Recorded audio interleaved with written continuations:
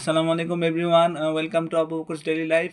আজকের ব্লগটা হচ্ছে মূলত যারা এবার 2025-26 সেশনে ঢাকা বিশ্ববিদ্যালয়ে ভর্তি পরীক্ষায় অংশগ্রহণ করছো তাদের জন্য। আগামীকাল 6 ডিসেম্বর সি ইউনিটের ভর্তি পরীক্ষা আছে। সি ইউনিটের ভর্তি পরীক্ষার্থীদের জন্য আমার শুভকামনা রইল। এরপরেই 13 ডিসেম্বর হচ্ছে বি ইউনিটের ভর্তি পরীক্ষা। তো বি ইউনিটের ভর্তি পরীক্ষার জন্য আমার ভর্তি পরীক্ষার অভিজ্ঞতার আলোকে কয়েকটি কথা বলতে চাই।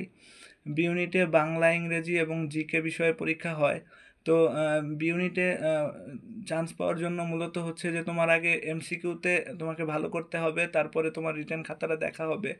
তো এমসিকিউতে ভালো করার জন্য বাংলা গল্প, কবিতা যেগুলো রয়েছে তোমার এইচএসসি সিলেবাসের, সেগুলো হচ্ছে প্রথম থেকে শেষ পর্যন্ত পড়ে ফেলাই বুদ্ধিমানের কাজ। কারণ আমি নিজেও আমার ভর্তি পরীক্ষার সময় মেইন বইতেই বেশি ফোকাস করেছিলাম, এবং আমি গল্পগুলো, উপন্যাসগুলো যা কিছু আছে, গল্প, উপন্যাস, নাটক, এগুলো সব প্রথম থেকে শেষ পর্যন্ত পড়ে ফেলেছিলাম। আহ, লেখক পরিচিতি, কবি পরিচিতি যেগুলো আছে সেগুলো প্রথম থেকে শেষ পর্যন্ত পড়েছিলাম, যাতে এর মধ্যে থেকে যে কোনো কোয়েশ্চেন হলে যাতে অ্যান্সার করা যায়।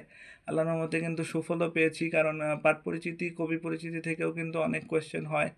এরপরে ইংরেজি হচ্ছে তোমার টেক্সট বই যেগুলো আছে, টেক্সট বইয়ের প্যাসেজ থেকেই মূলত কোয়েশ্চেন হয় ফার্স্ট পেপারে।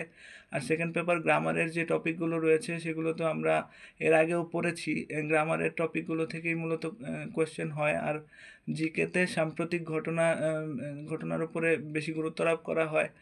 সাম্প্রতিক যে ঘটনাগুলো ঘটেছে, সে ডাকসু নির্বাচন, তারপরে হচ্ছে তোমার যে জুলাই সনদ, তারপরে জুলাই বিপ্লব, এই ঘটনাগুলোর উপরে বেশি ফোকাস করবে এবং এগুলোর ব্যাপারে জেনে যাবে ভালো মতো পরীক্ষার আগে। আহ, এরকমভাবেই তোমরা ইনশাল্লাহ পরীক্ষা ঠান্ডা মাথায় পরীক্ষা দিতে পারলে অবশ্যই চান্স পাওয়া সম্ভব। ভয় পাওয়ার কিছুই নেই। তোমাদের সবার জন্য শুভকামনা রইল।